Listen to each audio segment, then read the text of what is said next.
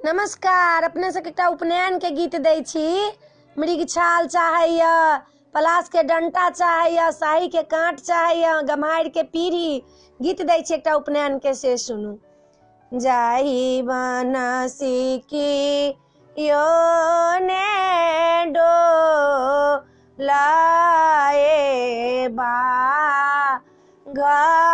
गुजरी गेला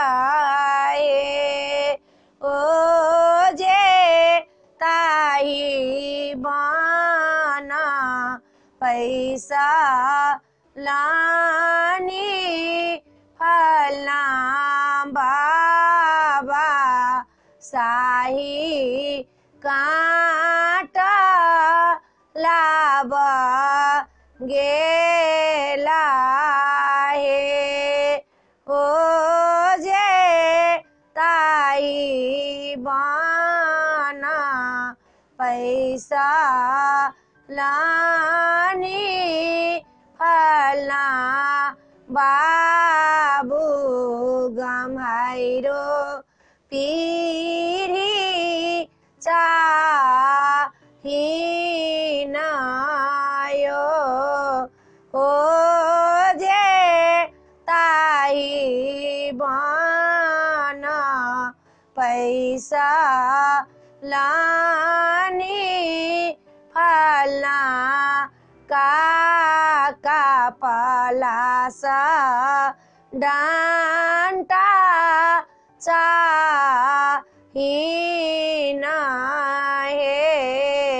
ओ जे ताही बाना पैसा लानी फलना नाना मृग छाला लाब गेला